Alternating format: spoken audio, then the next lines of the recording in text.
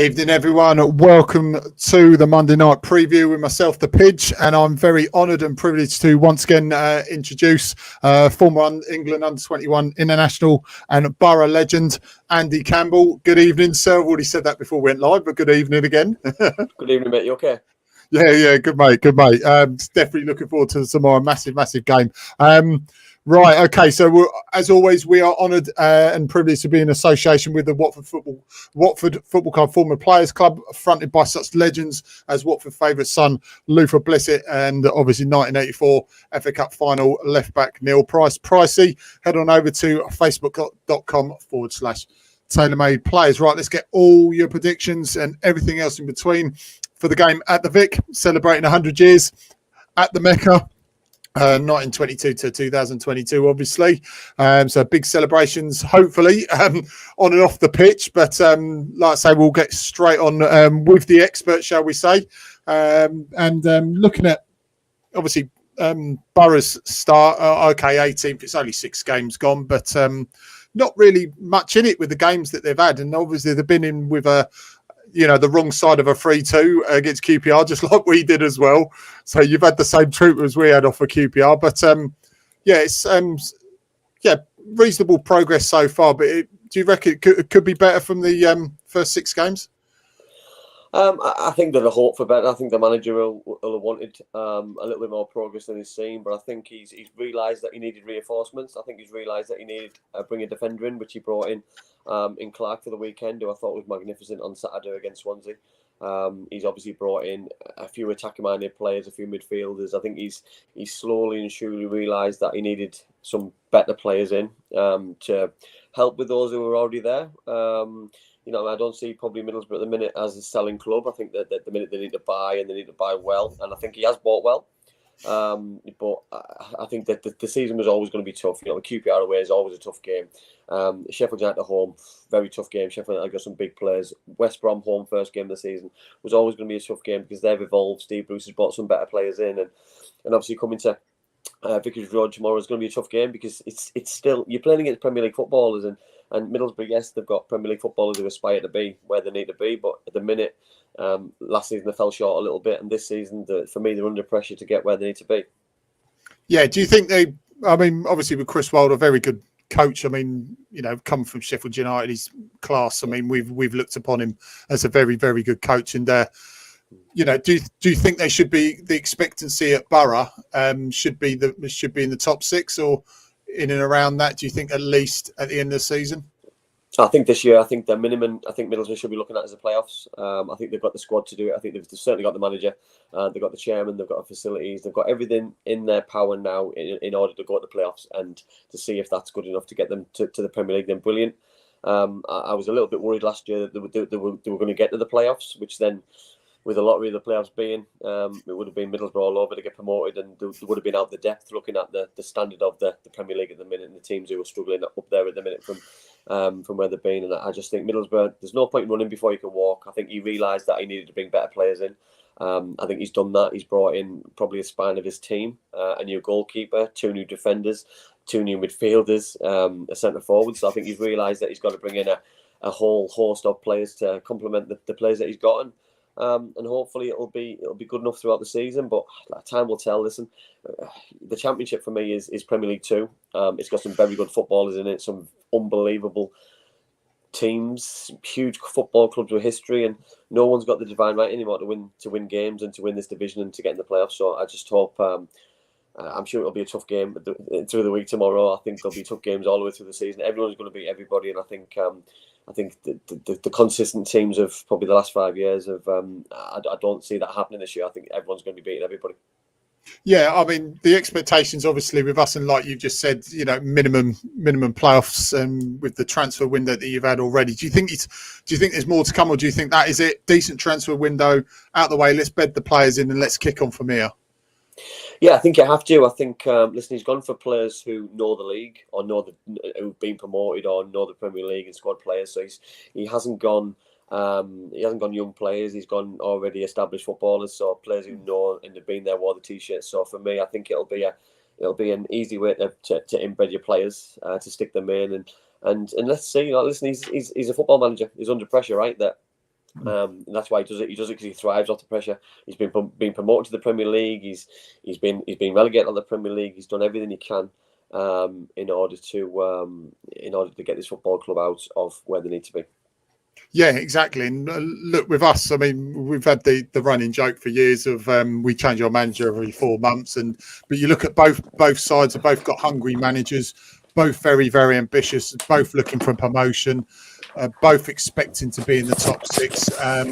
Like I say, well, like you just said as well, you know, you sign players, you're looking to build something. You don't want to go straight back up and struggle. And we're testament to that. Last season when we went up, we weren't fully ready, to be honest, and possibly like Boro have done 1 or 2 seasons just to build, add, like they've done the start of the season, add and build on what they've already had from last season. That could be a good base for a decent promotion challenge and possibly sustaining Premier League football if you did go up this season. But a few of us have said that as well. And, you know, we obviously, our ambition is to be at least top 6 and get promoted. But if we need to stay one more season and see a clear plan, and like you said with Boro doing this season, bringing in players tried and tested, know the division, but they can also try and make the step up, then so be it. But I mean, tomorrow there's not been much in it with your with your results, our results. We played pretty much a very similar line of results as well, and it should be quite a tasty game tomorrow. Yeah, listen, I think it'll be a good starting point for both football clubs to see where they are right now in terms of ability and where you challenge to be. I think it'll be a tight game. I don't think there'll be a lot of goals in it. I think both teams set up with strong spines of the team, good defenders, attacking players going forward. But it's a game of fine margins at the minute. Listen, Watford aren't blowing teams away, Middlesbrough aren't blowing teams away, but I don't think anybody's blowing anybody away. And like you just said there, it's all well and good having aspirations to get promoted, but the football clubs have to be in a position and be ready to get promoted, because it just showed at the weekend with Bournemouth that they finished second in the league. They're buying Championship players to fill in Premier League players' gaps. And listen, there's no football club in the land should be getting beaten 9-0 in my opinion, at any level of football. And I just find it a huge shame, because teams are going to come down, and it's a rebuilding process. And you guys are in that rebuilding process now, and potentially might lose players, good players, to Premier League sides. And it's such a shame, because you know what I mean, that your football club and your supporters pay these guys wages, and players want to go here, there, and everywhere. And at the minute, I think that's probably the best thing about Middlesbrough, that they've stayed in this division for a couple of seasons. They've got rid of the dead wood, so to speak, and got rid of the players who don't really want to be there. And the players who wore that red shirt at the weekend really, really wanted to wear that shirt at the weekend. And that's probably the first time in a long time I've seen a group of players really playing for the fans and playing for the manager. And I believe he's got things right. And listen, I'd have loved those players to be in 5 games ago and to have a real good goal, and who knows where we would have been in the league. But it's about getting them in, regardless when you get them in. It's about getting them in, and hopefully that Saturday can be a catalyst to moving forward tomorrow, and let's see what happens.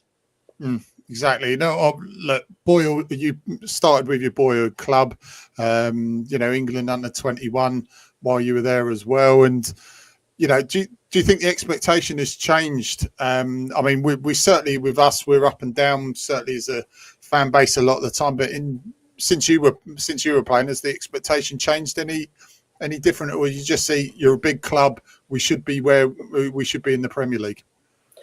I think this football club needs to be in the Premier League. I think the area needs Middlesbrough Football Club in the Premier League. They need the money.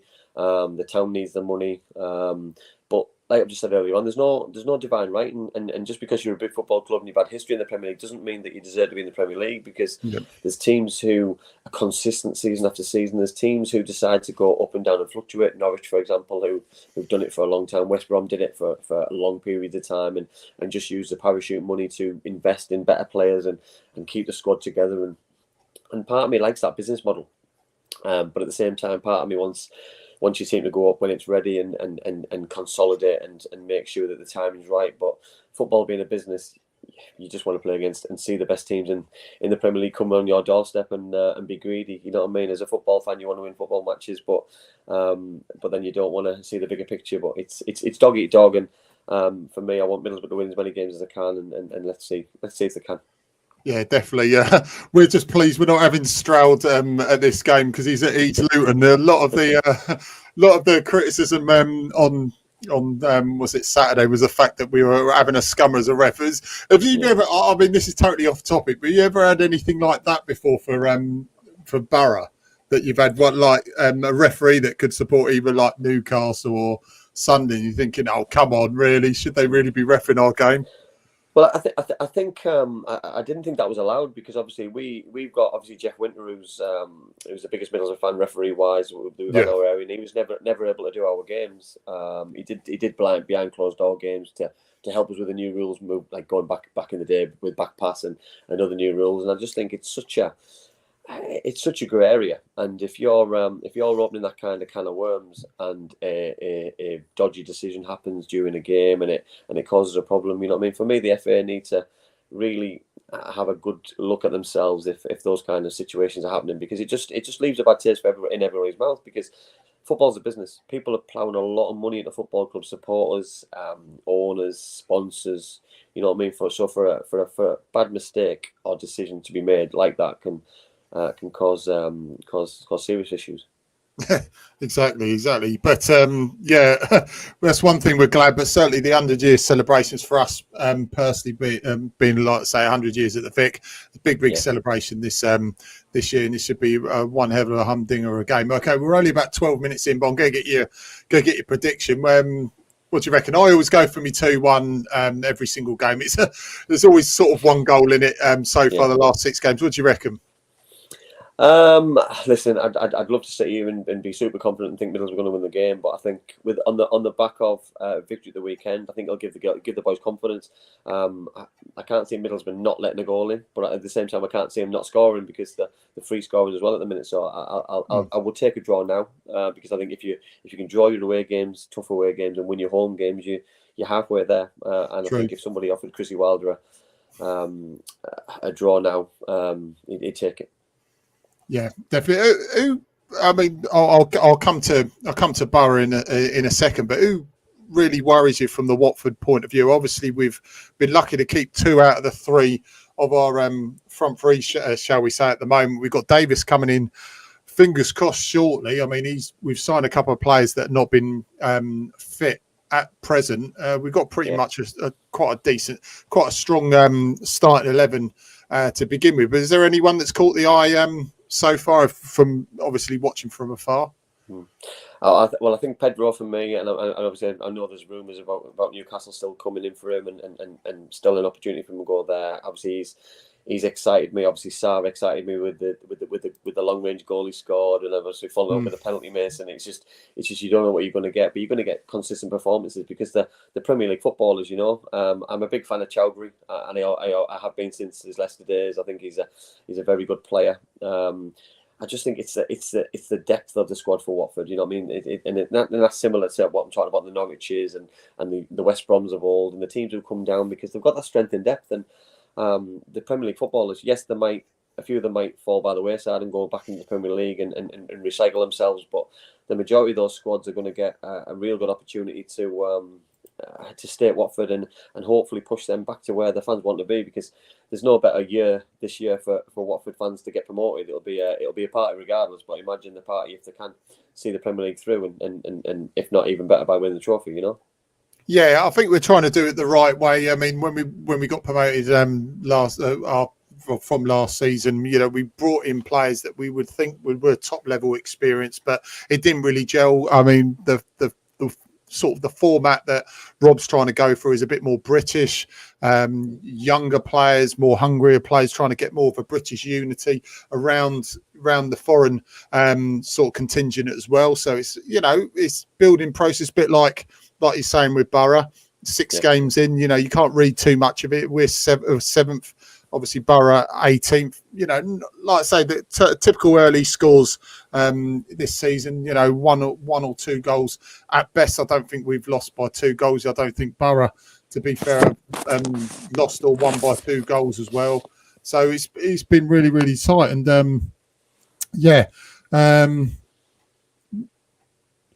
looking at it here, and I was just said we've obviously been talking about transfer windows. There's still a long way to go. I mean, we're looking at obviously strengthening. But just going back to that, is there anything you think Boro, I guess, strengthened it? And also, if we're looking from a Boro point of view, who's gonna really be worrying us on tomorrow night? Transfer window for me straight away. I think I'd love to see a centre forward be brought in. You know what I mean? Someone to really score 30 goals. You know, I think when before Dwight Gale signed for Stoke City, he would have been for me my first choice as a centre forward, because I think he's got the history in the Championship. He's scored goals wherever he's been. He's been in Premier League football. He's got that appetite to send the team back. So for me, I would like to see that. I say I wouldn't like to second guess what the manager's going to do tomorrow. But I'm a big Isaiah Jones fan. You know what I mean? He'll get the ball on the right hand side. He'll be electric. He'll upset Watford fans by his directness. He does go down quite easily to win free kicks, but he's effective for what he does. I like Giles on the left hand side. Ex Cardiff City, current Wolves, on loan from Wolves, very good footballer. I thought the back three at the weekend were McNair, Leon, and Clark were brilliant. So it's going to be a difficult one, because we just spoke there about Watford's front three, front four, and you're playing against the back five of Middlesbrough, who were pretty strong as well. I thought Roberts was a shooting goal as well. So it'll be an interesting one. You know what I mean? I'm saying there won't be a lot of goals, but then I probably said that before they played QPR and they were 3-0 down at half time. So it's a difficult one. You know, if Middlesbrough turn up, it'll be a really good game. If both teams turn up, I think it'll be a cracker, because you're talking some extra talented footballers on the pitch. You know, and I talk about there about Premier League too. You know, the Mowards of this world, the McGrees who scored the weekend, Crooks, Johnny House, and there's some ultra talented middle footballers. You know, I think you forget sometimes the strength that they've already got, and they're trying to bring better players. And I just truly hope that they're consistent with the performances, because Middlesbrough shouldn't be 18th in the league. They're there because the league table doesn't lie at the minute. Yes, it's only early days, but you need to have a consistent, probably week. And in the Championship, you can fly that league in a week. If you can win Saturday, Wednesday, Saturday, you're halfway there.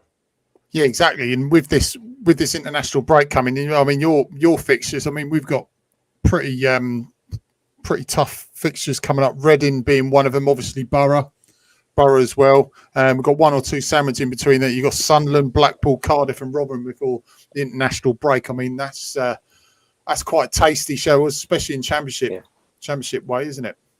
Yeah, listen, and I think every game's a big game. I think you're going into the games, and Swansea at the weekend, I thought it was going to be a really tough game. First half, Swansea were really poor, in my opinion. Second half, they picked up a little bit, but then in midweek straight away, you go to Watford, ex-Premier League, you're playing Sunderland, who the derby game's always going to be a tasty one at any time. Blackpool away.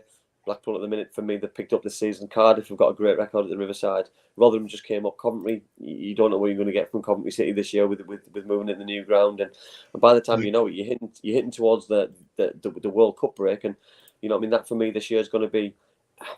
I don't like it in terms of if you're doing well, you don't want to break. If you're not doing well, it might regroup the players in order to have a little push again for after Christmas. But it's going to be such an interesting season this season because of that alone. Because players are going to go and come back, and it's going to be one of the most surreal seasons of all because of that reason. Yeah, I know. I don't know what to make of it, because like we said with the AFCON as well, we always complain about the AFCON and when it's situated, and I think it didn't do us much good. Don't want to use too much of an excuse for that for last season, but yeah, it's going to be a bit surreal, and we expect the Championship to be Saturday, Tuesday. In our case, it was Monday, Friday for a little bit. Yeah. But yeah, like you said, if we get the international break after about 3 or 4 games, yeah, like you said, I mean, if we start hitting a bit of a momentum, a bit like the Boro, you don't really want it to want it to end, do you? But if you get a few injured players, you sort of think, okay, we've got a couple of week or two to, you know, sort of get them fit and get them back. So you can win, but you also can lose in that situation, can't you? Yeah, I think it's going to be, for some teams, it's going to be really frustrating. For some teams, I think it's going to really galvanise them and give them an extra time and push. And I just think you can't really second guess what's going to happen. You know what I mean? Do you want to be in and around the promotion push, or do you want to be top of the tree, or do you want to be happy mid-table, getting loads of players back, bringing new players in within the January window, planning ahead? It's it's going to be very interesting. It's going to be a real technical game of chess, and the managers, that's why they get paid the big money to try and get the team out of it. Obviously, I mean, you've got now an exciting young English manager who's done well in the lower leagues, and it's a fresh approach. I mean, Chrissy's been there. He's a seasoned pro in terms of being in the Championship, getting the Premier League. So hopefully he can have that experience and probably bring the boys down to earth in terms of having that strange break during the season to galvanise and pushing forward for a second half of the season push. Yeah, exactly, and I think that's what we're hoping with Rob as well. I mean, he's had a very successful spell at Forest Green, coming up from there, 2 divisions. I mean, not a lot, so totally different to Wilder, who's had that experience in pretty much every single division. But both really hot, still, I mean, Wilder's, still young, hungry managers. Both got a point to prove. Wilder in a totally different sense, obviously, with what happened at Sheffield United, leaving, shall we say, under a cloud and coming to Boro. Still a massive club, both massive clubs, the last 2 clubs that he's been at. So, plenty of expectations your way, as much as it is for us. So, yeah, I'm putting us down. It's either going to be 1-1, or it's going to be 2-1 for either team. I'm obviously always going to, my head saying possibly 1-1, but my heart saying 2-1 Watford. But yeah, I always do that. Everyone knows me here. I'm going to put boring 2-1 Watford every time. I always go for that. But yeah, the first 10 games, I don't expect many goals going, especially any 4-0s or, like you said, 9-0s with Bournemouth. But I can see your blueprint, and that should serve well for both of us. That on from this game, whatever the result, if we did, one of us, and hopefully it'd be great if both of us go up. If one of us do go up, then learn from the lessons of the Bournemouths and teams like, and even the Norwiches that have, haven't spent a lot of money, but spend it on Championship players, and to a certain degree, the level of player that played last season for us is Championship, the way we went down. But it's certainly lessons to be learnt there for both aspiring coaches and campaigns. But straight on to you and your managerial career. Not a bad start to this season, I heard. Good win yesterday. Yeah, we've started really well. 2 wins out of 2. We beat Bradford City Ladies first game of the season last Sunday. Sunday just gone. Obviously yesterday we beat Charlie 4-2 at home after being 2-0 down in a bit of a slow start, but really enjoying it, loving life, being back in the hot seat. It's been quite a surreal year in terms of being back involved in football, but it's given me football appetite. The world of good. I love it. Love being back on the grass. Love having the nerves of being back in the football arena again. It's exciting. Did you? I mean, didn't you manage at non-league level and then took a little bit of a break and then sort of took stock and then came back and sort of think, well, look, hometown club. I mean, you can't really turn that down, can you?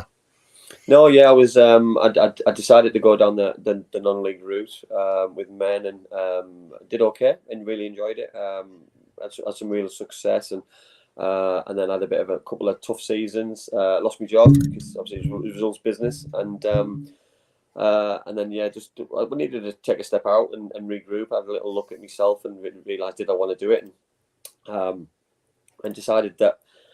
Time was me just to give it a little bit of a miss, and then get this opportunity. And for me, I've loved every second, and can't wait for it to continue.